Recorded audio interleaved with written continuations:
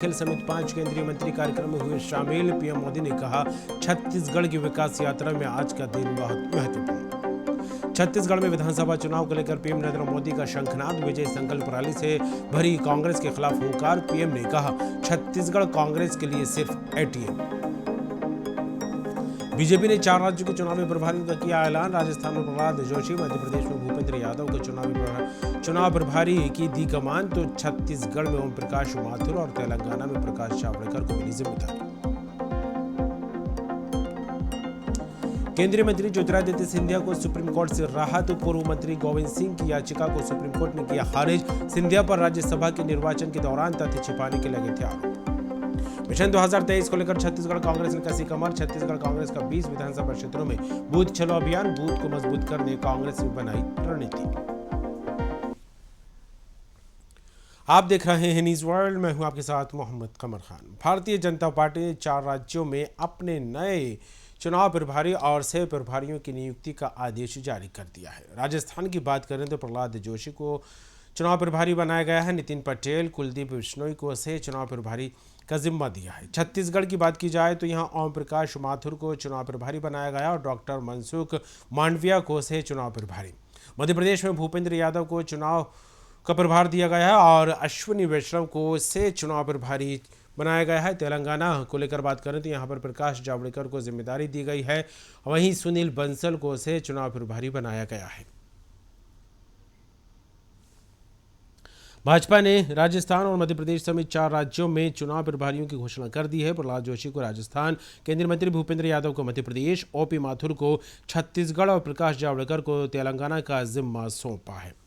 Party ने 4 राज्यों के सह प्रभारियों की भी नियुक्ति की है। राजस्थान में जोशी के साथ नितिन पटेल और कुलदीप बिश्नोई को सह प्रभारी बनाया है।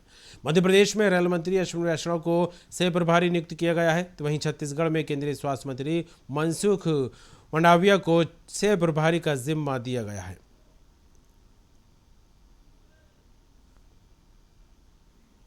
और विनीत पाठक हमारे साथ जुड़ गए हैं संवाददाता। विनीत, बीजेपी लगातार एक्शन मोड में है। रणनीति पर मंथन तो जारी है ही, वहीं जिम्मेदारियों को लेकर बात की जाए तो आज चुनाव प्रभारियों का ऐलान भी कर दिया गया है। फिलहाल क्या अपडेट है?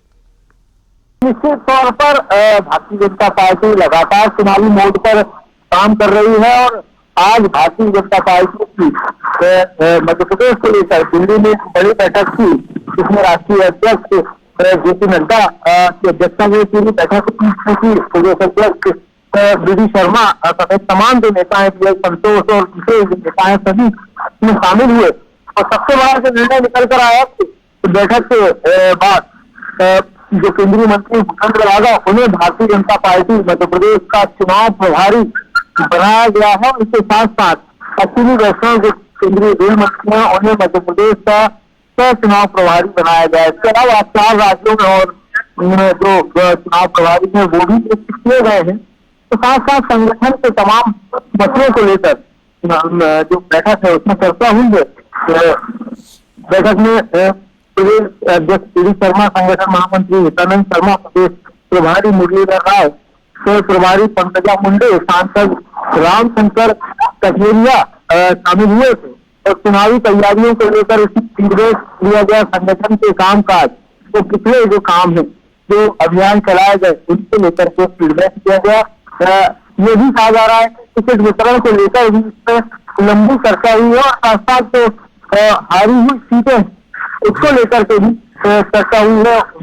बीजेपी में हारी हुई सीटों पर विशेष फोकस किया हुआ था और जो सीटें कम अंतरों से हारी हुई है तो अलग रखा गया है। इसके साथ साथ जिन सीटों पर लगातार बीजेपी को हार का सामना लंबे समय से करना पड़ रहा है, उन सीटों को पर अलग से विचार किया गया है। साथ साथ पिछले दिनों केंद्रीय उड्डयन मंत्री ज्योतिरादित्य सिंधिया ने जो सुझाव दिया था कि हारी सीटों पर पहले से ही उम्मीदवार घोषित किए जाएं, उसको लेकर के भी चर्चा हुई है, सूचना मिली है। और इसके साथ साथ किस तरीके से टिकट वितरण होगा, उम्मीदवारों का चयन कैसे किया जा रहा है, इन तमाम मसलों पर भी चर्चा हुई है। किस तरीके से चुनाव प्रभारी की घोषणा की गई है, इसके बाद कहा जा सकता है कि अब मध्य प्रदेश बीजेपी के चुनाव अभियान में तेजी दिखाई देगी। जी बिल्कुल विनीत। और लेकिन जिस तरह से आपने भी जिक्र किया महत्वाकांक्षी सीटों को लेकर, या यूं कहा जाए कि आकांक्षी सीटों पर गहन मंत्र भारतीय जनता पार्टी में होता दिखाई दे रहा है। और साथ में जिस तरह से बीजेपी एक बड़ा मोटिव लेकर चल रही है वो है 51% वोट शेयर। ऐसे में मध्य प्रदेश की कमान भूपेंद्र यादव को मिलना किस तरह देखा जाए? निश्चित तौर पर देखिए, दो लक्ष्य इस बार भारतीय जनता पार्टी ने रखे हैं। एक तो 51% वोट शेयर और दूसरा अब की बार 200 का।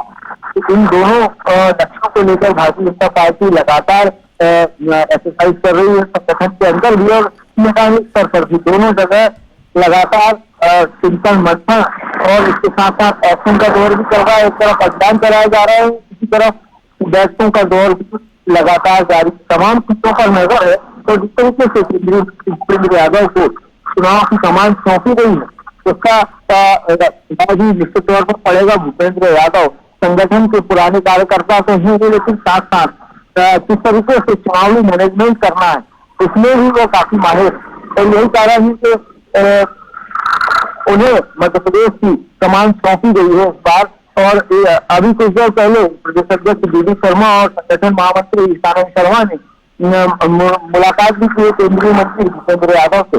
उनका स्वागत किया है, उन्हें बधाई की है चुनाव प्रभारी बनने को लेकर। तो अब ये कहा जा सकता है कि जो अभियान चल रहे थे अब उसमें लगातार तेजी है। आज जिस तरीके से प्रधानमंत्री रायपुर पहुंचे थे, वहां पर भी उन्होंने कई घोषणाओं की, कांग्रेस पर कई तीखे हमले किए और साथ ही साथ मध्य प्रदेश का भी जिक्र किया। तो ये समझा जा सकता है कि केंद्रीय नेतृत्व की पूरी नजर मध्य प्रदेश छत्तीसगढ़ पर है। और मध्य प्रदेश में जिस तरीके से केंद्रीय नेतृत्व का लगातार सक्रियता बढ़ी हुई है, लगातार केंद्रीय नेता यहाँ पर पहुंच रहे हैं, चाहे राष्ट्रीय अध्यक्ष की बात करें, चाहे प्रधानमंत्री नरेंद्र मोदी की बात की जाए, या फिर गृह मंत्री अमित शाह लगातार मध्य प्रदेश का दौरा कर रहे हैं। अलग अलग सभाएं की जा रही हैं, जनता की नब्ज टटोलने की कोशिश। और जिस तरीके की योजनाएं केंद्र और राज्य सरकार ने चलाई, उनका भी फीडबैक लगातार लिया जा रहा है। इसके साथ साथ जो अभियान चलाए जा रहे हैं तो उसका भी लगातार फीडबैक संगठन ले रहा है। क्या कुछ तैयारियां अभी तक की गई है, क्या कुछ तैयारियां होनी चाहिए, जो नाराज नेता हैं उन्हें किस तरीके से मनाया जाए, इन तमाम चीजों पर मंथन चल रहा है, इसका फीडबैक किया जा रहा है। पर बड़े जो निर्णय है वो भी अब दिखाई देने लगते हैं। चलिए, बहुत बहुत शुक्रिया तमाम बात के लिए विनीत आपका। तो लगातार एक्टिव मोड में चुनाव के मद्देनज़र बीजेपी है, और ऐसे में मंथन के साथ साथ जिम्मेदारियां किसको क्या देनी है इसको लेकर भी लगातार तस्वीरें निकलकर सामने आ रही हैं। और 4 राज्यों में चुनाव को लेकर बात करें तो चुनाव प्रभारी यहां पर बना दिए गए हैं। मध्य प्रदेश, छत्तीसगढ़, राजस्थान, तेलंगाना में अलग अलग लोगों को जिम्मेदारी दी गई है। भूपेंद्र यादव को मध्य प्रदेश का जिम्मा सौंपा गया है। फिलहाल लेंगे अगली खबर। प्रधानमंत्री नरेंद्र मोदी छत्तीसगढ़ में कांग्रेस सरकार बनने के बाद पहली बार रायपुर पहुंचे। पीएम ने छत्तीसगढ़ को करोड़ों रुपए की 10 परियोजनाओं की सौगात दी है। लोकार्पण और शिलान्यास किया। कार्यक्रम में मुख्यमंत्री Bhupesh Baghel, deputy CM TS Singhdeo के साथ 5 केंद्रीय मंत्री कार्यक्रम में शामिल हुए। छत्तीसगढ़ में ऐसा पहली बार हुआ जब किसी कार्यक्रम में प्रधानमंत्री के साथ 5 केंद्रीय मंत्री भी शामिल हुए हैं। प्रधानमंत्री राष्ट्रीय राजमार्ग 30 के 33 किलोमीटर लंबे रायपुर कोडेबोड़ खंड के 4 लेन और नेशनल हाईवे 130 के 53 किलोमीटर लंबे 4 लेन वाले बिलासपुर पथरापाली खंड का लोकार्पण किया। प्रधानमंत्री आयुष्मान भारत योजना के तहत लाभार्थियों को कार्डों का वितरण भी किया। पीएम नरेंद्र मोदी ने रायपुर विशाखापट्टनम एक्सप्रेस वे की नींव रखी। यह एक्सप्रेस वे देश के 3 राज्यों से होकर गुजरेगा। इससे छत्तीसगढ़ में रोड इंफ्रास्ट्रक्चर को मजबूती मिलेगी। छत्तीसगढ़ की विकास यात्रा में आज का दिन बहुत ही महत्वपूर्ण है, बहुत बड़ा है। आज छत्तीसगढ़ को 7,000 करोड़ रुपए से अधिक की परियोजनाओं का उपहार मिल रहा है। ये उपहार इंफ्रास्ट्रक्चर के लिए है, कनेक्टिविटी के लिए है। ये उपहार छत्तीसगढ़ के लोगों का जीवन आसान बनाने के लिए है, यहाँ की स्वास्थ्य सेवाओं को बेहतर बनाने के लिए। भारत सरकार के इन प्रोजेक्ट से यहां रोजगार के अनेकों नए अवसर भी बनेंगे। यहां के धान किसानों, खनिज संपदा से जुड़े उद्यमियों और टूरिज्म को भी इन प्रोजेक्ट से बहुत लाभ मिलेगा। सबसे बड़ी बात यह कि इनसे आदिवासी क्षेत्रों में सुविधा और विकास की नई यात्रा शुरू हो। मैं इन सभी प्रोजेक्ट के लिए छत्तीसगढ़ के लोगों को बहुत बहुत बधाई देता हूं। साथियों, भारत में हम सभी का दशकों पुराना अनुभव यही है कि जहां इंफ्रास्ट्रक्चर कमजोर रहा, वहां विकास भी उतनी ही देरी से पहुंचा। इसलिए आज भारत उन क्षेत्रों में अधिक इंफ्रास्ट्रक्चर विकसित कर रहा है जो विकास की दौड़ में पीछे रह गए। इंफ्रास्ट्रक्चर यानी लोगों के जीवन में आसानी, इंफ्रास्ट्रक्चर यानी व्यापार कारोबार में आसानी, इंफ्रास्ट्रक्चर यानी रोजगार के लाखों नए अवसरों का निर्माण और इंफ्रास्ट्रक्चर यानी तेज विकास। आज भारत में किस तरह आधुनिक इंफ्रास्ट्रक्चर विकसित हो रहा है, यहां छत्तीसगढ़ में भी नजर आता है। पिछले 9 वर्षों में छत्तीसगढ़ के हजारों आदिवासी गांवों में प्रधानमंत्री ग्रामीण सड़क योजना के तहत सड़कें पहुंची हैं।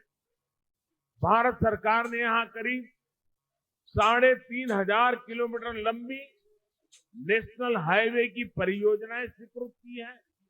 इसमें से लगभग 3,000 किलोमीटर की परियोजनाएं पूरी भी हो चुकी है। इसी कड़ी में आज रायपुर कोड़ेबोड़ और बिलासपुर पथरापाली हाईवे का लोकार्पण हुआ है। रेल हो, रोड हो, टेलीकॉम हो, हर तरह की कनेक्टिविटी के लिए पिछले 9 साल में भारत सरकार ने छत्तीसगढ़ में अभूतपूर्व काम किया। मुझे बहुत खुशी है कि छत्तीसगढ़ एक प्रगतिशील, समृद्ध और संपन्न राज्य है। फॉरेस्ट और खनिज संपत्ति से परिपूर्ण है और इसी राज्य में विकास के लिए अच्छे रोड नेटवर्क का निर्माण करना एक बहुत बड़ा आह्वान है। आदरणीय प्रधानमंत्री नरेंद्र मोदी जी के नेतृत्व में विशेष रूप से पिछड़े हुए क्षेत्र को ज्यादा प्राधान्य देने की नीति अपनाई गई है।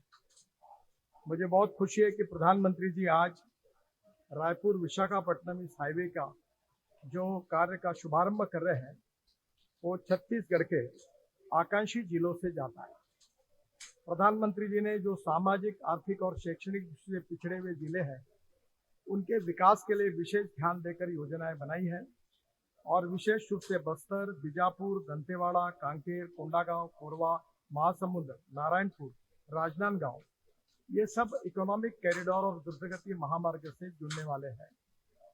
विशाखापट्टनम ये नजदीक आने के कारण ये इंटरनेशनल पोर्ट है, जिसके कारण छत्तीसगढ़ में जो खनिज संपत्ति है उसके ऊपर वैल्यू एडिशन होकर एक्सपोर्ट और इंपोर्ट की विशेष रूप से सुविधा होगी। मुझे इस बात की खुशी है कि छत्तीसगढ़ के नक्सलग्रस्त एरिया में करीब 20,000 करोड़ रुपए के कार्य का भी हमने ऑलरेडी कार्यक्रम हाथ में लिया है। छत्तीसगढ़ में इसके कारण उद्योग आएंगे, उद्योग आने के कारण कैपिटल इन्वेस्टमेंट आएगी और कैपिटल इन्वेस्टमेंट के साथ रोजगार भी आएगा। जहां तक water, power, transport and communication ये चारों बातें बहुत ही महत्वपूर्ण है और ये रायपुर विशाखापट्टनम इकोनॉमिक कॉरिडोर ये छत्तीसगढ़ के विकास का निश्चित रूप से ग्रोथ इंजन होगा। ये रायपुर, धमतरी, कांकेर, कोंडागांव से उड़ीसा के नवरंगपुर, कोरापुट होकर आंध्र प्रदेश के विजयनगरम और विशाखापट्टनम तक जाएगा।